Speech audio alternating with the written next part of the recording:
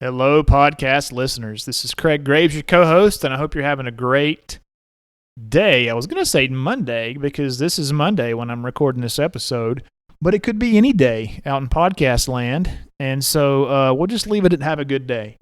Today's short comes to us from episode 13 on how to stop a bully. Okay, so we could have easily have called this one conflict resolution because you can really use this process, this 3-step process that Chris shares with us on the show to stop really any kind of conflict.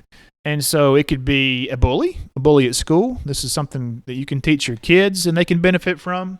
It's something you could use in a family relationship, in a boardroom, at work, in a work situation, or just about any type of conflict. So we're going to jump right in. We're going to go through these 3 steps to stop a bully or to resolve a conflict, and I'll talk to you on the other side. So let's talk about conflict resolution. You know, if we're not going to be shooting, we're not going to be, doing crazy things. We do need to understand a little bit more fully. What are you going to tell your kid when you're dealing with bully issues, or as I might like to rename it, and I began to explain that, personal abuse or person abuse, because I think that's more fully describing two people in the relationship that has developed. In this Butler case that we highlighted in Charlotte, there was a relationship. This conflict had been going on. I think these kids had a relationship for, that article said several days. I would imagine it was even longer. Probably been kind of going on all year. I would be surprised if it had not. I mean, I'd be surprised if it went from 0 to shooting the kid in 7 days. The kid was being bullied, picked on, hurt, harmed emotionally, and he knew that there was going to be a fight. And he came packing, literally. Wow. Literally. Wow. We need a better answer than that. Yeah, you're right. That is not the solution, obviously. So I've just developed a thought when I was working on this show. Fighting rarely works physically because we fight emotionally just as much. So we're going to fight about things. We're going to disagree about things. But we got to have a good thing of working it out. Fighting rarely works physically when cognition is involved. So we're cognitive people and we need to use our God-given ability to do so while managing emotional content raging inside us, especially at the time it's raging, unquote. Just came to me as I was working on this show. And, as advertised there a little bit ago, Craig, 3-step process. So let's pivot to that because we got to teach our kids to do more than just learn how to walk away. We got to teach our kids to do more than just, popping somebody, which probably stands to start this with. So before we start talking about the 3 steps to conflict revolution. What you're going to teach us or what you're going to say to us is something that I could tell my kid if he were being bullied? Yeah. Okay. Yeah. Good. I'm looking forward to hearing what you got to say then. Because first to be said, you have to know how to defend yourself. Again, I'm not passive, and I want the audience, particularly men that are living out there, I think we have a big macho attitude about this stuff. Listen, I'm not going to let anybody hurt you, and I'm not going to tell my kid to let anybody hurt them. So if it's about protecting yourself physically, then take somebody down. I like to demonstrate this in my office, and I'll make that point to kids. And I say, if you charge me, I know how to handle my body. I'm going to take a sidestep, I'm going to take the back of your head, and I'm going to fling you in the wall. And then I'm going to back out. And if you want to do me again, I'll maybe get a knee into your gut this time and put you to the floor, and I'm going to back away. I mean, you got to know how to defend, yourself, no doubt. Yeah, you do have to. You do, right? No, that was kind of conflict resolution when I was in high school. Somebody got a beating, It was over. They shook hands. Exactly. They were buddies the next day. Hey, we had a guy on the wall because he was being mean to a girl. I remember that day very clearly. That's noble. Moral courage, right? Yeah, well, you call it, yeah. These 3 steps you've probably heard before, but you put them in combination. I think we have a more thorough way to deal with really any conflict that we've got, Craig. We tell kids this stuff, but this happens in boardrooms. This happens in playgrounds. This happens in neighborhoods and homeowners meetings, all sorts of places. And we don't think about them. I'm going to say the 3 steps, and you're going to realize how simple they are. You do them in combination, starting at step 1, you're usually going to be done with the conflict. And if you have to go back to step 2, well, that's fine. It's designed to create a de-escalation. And then step 3 is an absolute reality that with somebody else, you gain objectivity. Interested? Yeah. Solves any conflict I'm going to maintain. Any conflict. Any conflict. It's crazy. Step 1, tell the person to stop doing what they're doing to harm you. Okay. That's a no-brainer. You know? Yeah. But so often we do not do that. We don't do it. Step 2, you back off and you give the person space, either physically or emotionally. It sounds simple.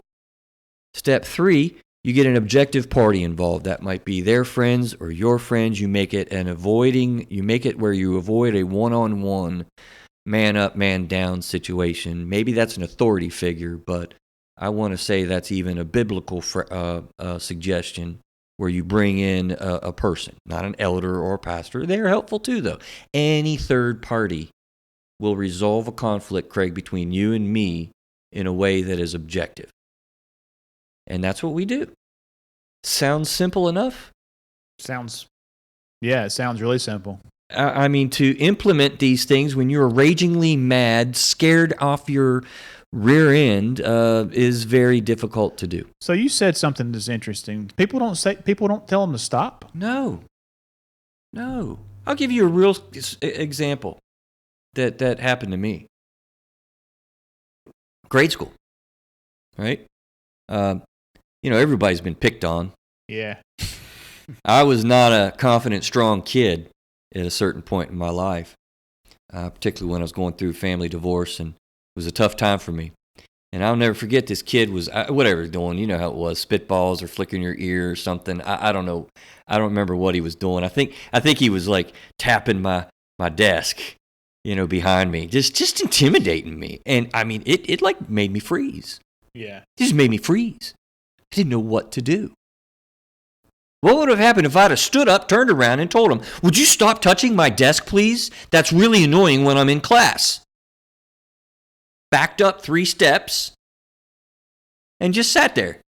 But you were scared to do that because you thought there'd be repercussions or what? I can't tell you that.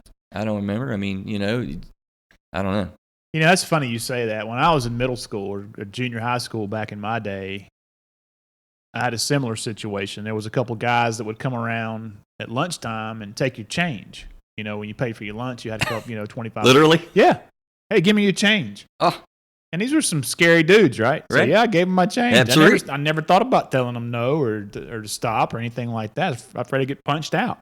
And that is an immediate, fresh reaction because you have not heard these 3 steps, Craig, and thank you for that because I'm telling you, a lot of people are probably having your initial reaction. What do you mean? People don't say no, stop doing what you're doing to me? Yeah. We don't. Yeah, that's interesting. We don't do that. Yeah. And you're sitting in a boardroom and you get undercut by somebody that's sitting at the table.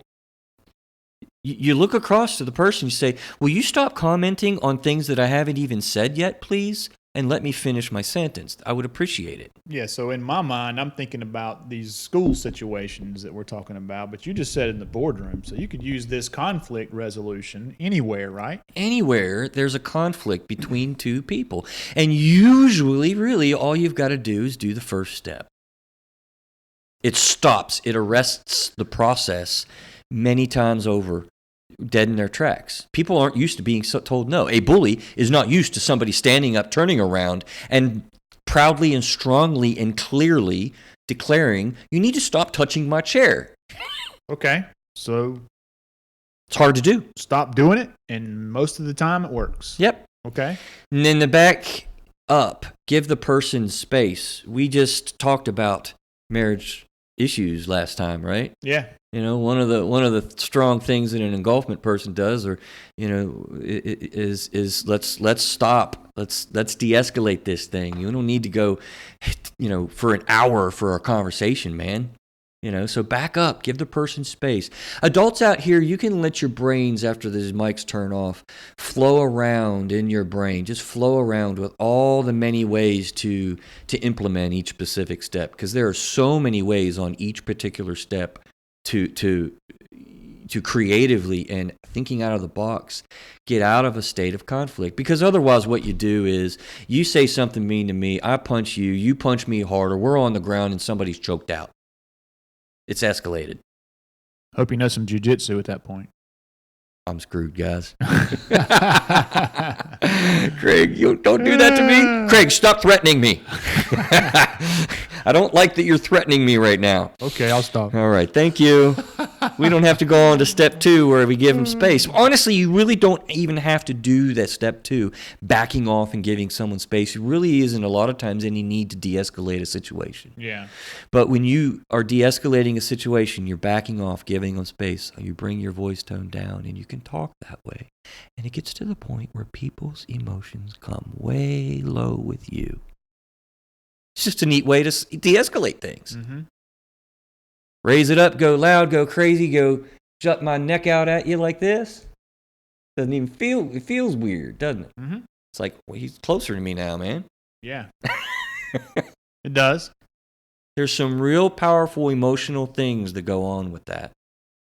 And as I said, even I think there's biblical teachings and such that say, go to the elders, go to people, get somebody, if you really have told the person to stop harming you and you've backed off and de-escalated the situation, and there's still an ongoing issue over days, over weeks, what have you.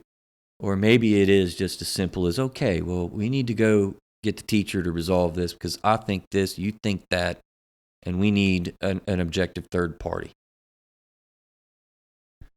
So there we go. 3 steps to stop a bully or to resolve a conflict. A lot of the shootings we see in schools these days are the result of people being bullied. And so it may take some courage to hit this first step, but I'm gonna go through these 3 steps one more time just as a recap. This one may take some courage, but just tell the person to stop. Okay? Stop doing whatever it is. Give them some space. And if that doesn't work, then escalate or involve a third party. I don't know where you are in your neck of the woods or your neck of the globe, but school is starting back here where we are. And again, this is a great thing to teach your kids. It's something that you can use in just about any situation, and we hope it helps. Love to hear some feedback on what you think about this one. And if you would, tell your friends about us, share this episode. We've designed these shorts so they can be listened to in 15, 20-minute chunks and still provide you guys some benefit. Okay? So thanks for listening, guys. And Chris and I will be talking to you real soon.